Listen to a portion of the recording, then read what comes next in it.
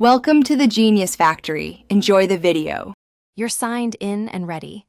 Open YouTube Studio and go straight to customization. Once there, select branding. That's where your banner image is managed.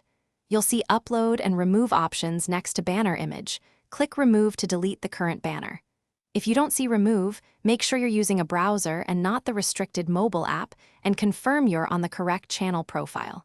After removal, leave the field empty or upload a replacement image if you prefer to swap immediately. Once you click remove, don't stop. You must confirm and publish. Preview the channel across desktop, TV, and mobile modes in the customization panel so you understand how empty space will display. Then hit publish in the top right to save the change across YouTube. If you plan to replace the banner, use an image sized for a 16:9 safe area and re-upload before publishing. Make sure your account has no pending verification or restrictions that block design changes. Final step, verify the change live on your channel page. Navigate to your channel URL and refresh.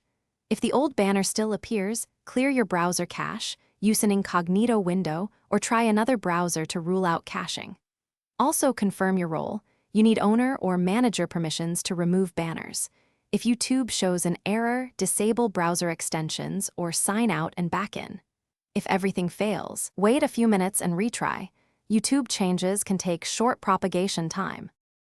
Thanks for watching. If you found this helpful, don't forget to like and subscribe.